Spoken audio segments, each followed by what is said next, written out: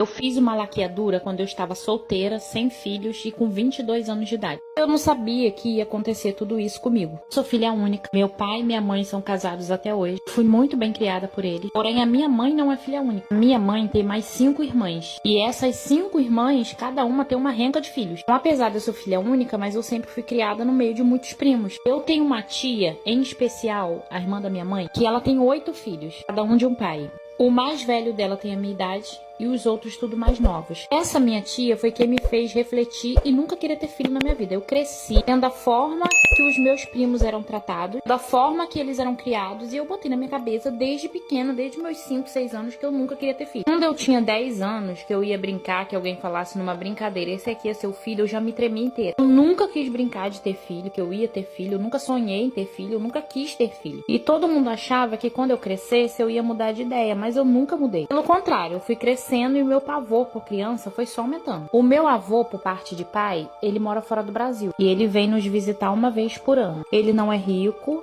mas ele sempre juntava um dinheirinho pra trazer pra mim. E toda vez que ele vinha me ver, ele trazia uma quantia em dólar. Dava mais ou menos na época de hoje, uns 1.500 reais. E ele me dava isso todo ano. Desde que eu tinha 15 anos, eu comecei a colocar na minha cabeça que eu ia guardar esse dinheiro que meu avô tava me dando, que era pra eu poder fazer minha laqueadura. Eu sempre falando, eu vou fazer laqueadura, quando eu completar a maioridade, eu vou fazer laqueadura, eu não quero nunca ter filho na minha vida, guardando todo o dinheiro que meu avô me dava desde os meus 15 anos. Quando eu completei 19 anos, eu não tinha namorado, eu não tinha nada. Só tinha a minha vontade de fazer laqueadura mesmo. Mas aos meus 19 anos já faltava bem pouco pra eu poder conseguir o valor pra fazer minha laqueadura. As minhas contas, quando eu tivesse com 21, 22 anos, eu já ia conseguir fazer. Só que no final dos meus 19 anos pros meus 20 anos, eu comecei a namorar. Conheci um rapaz, a gente começou a namorar, foi dando tudo certo. O namoro foi engrenando, a gente já estava apaixonado. Eu ali morrendo de medo de engravidar, sempre falando pra ele, olha, eu não quero ter filho. Deixei bem claro pra ele, eu não quero ter filhos, não é minha vontade, eu não gosto de criança, eu não quero ter filhos. E ele sempre falando pra mim que por ele tava tudo bem. Se tivesse, tava tudo bem. Se não tivesse, também estava tudo bem. Isso foi, gente. Eu comecei a namorar, eu tava quase nos meus 20 anos. Quando eu completei meus 22, eu consegui juntar todo o dinheiro que eu precisava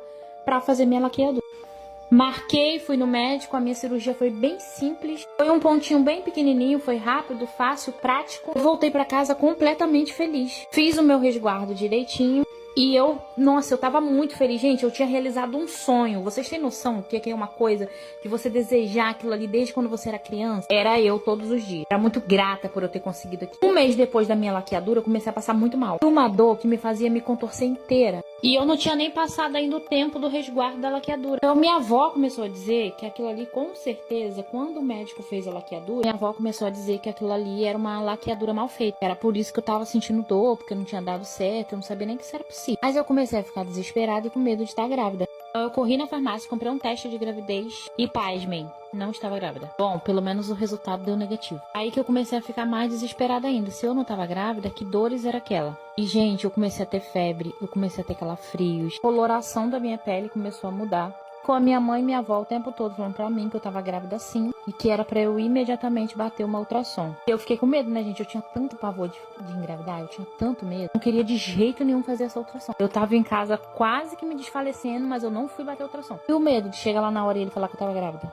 Aí minha avó chamou os pastores lá da igreja dela pra poder orar por mim. Aí, gente, o pastor veio, começou a orar. E na minha oração, todo tempo na minha cabeça, eu falando, Senhor, não deixa eu estar grávida, não deixa eu estar grávida. Pelo amor de Deus, eu não quero engravidar. Que seja qualquer coisa, menos gravidez. Eu queria tudo, gente, menos gravidez. Aí o pastor orou, falou que eu tava grávida. Entregou uma revelação ali, falou que eu tava grávida de 2 meses. Sendo que tinha só um mês que eu tinha feito a laqueadura. Disse que meu bebê era um bebê milagre. E que ele nem ia nascer em 9 meses, que ele ia nascer em 6. Ai, fiquei mais desesperada ainda. Gente, ele falava e eu chorava, ele falava e eu chorava, mas eu chorava tanto. E eu só ficava, tá repreendido, não quero ter filho, eu não vou ter filho nunca na minha vida. E ele falando pra mim não chorar, porque a benção já era minha. E eu falando o tempo todo que não queria aquela benção. Aí o pastor foi embora, eu fiquei mais nervosa ainda e comecei a passar mal. E minha mãe ali, vou te levar pro hospital, vou te levar pro hospital. E eu batendo o pé dizendo que eu não ia. Me recusava a ouvir da boca do médico que eu tava grávida. Aí meu namorado botou eu no carro e levou na casa da tia dele. A tia dele é do centro espírita. Aí levou eu lá na casa da tia dele. Aí chegou lá, a tia dele começou a passar umas paradas esquisitas em mim, que eu não vou falar aqui pra vocês, porque não vem o caso. Começou a fazer uns negócios estranhos lá, bater um tambor daqui, outro de lá. E eu só queria, gente, não estar grávida. Aí na hora que ela começou a fazer os negócios lá, eu desmaiei.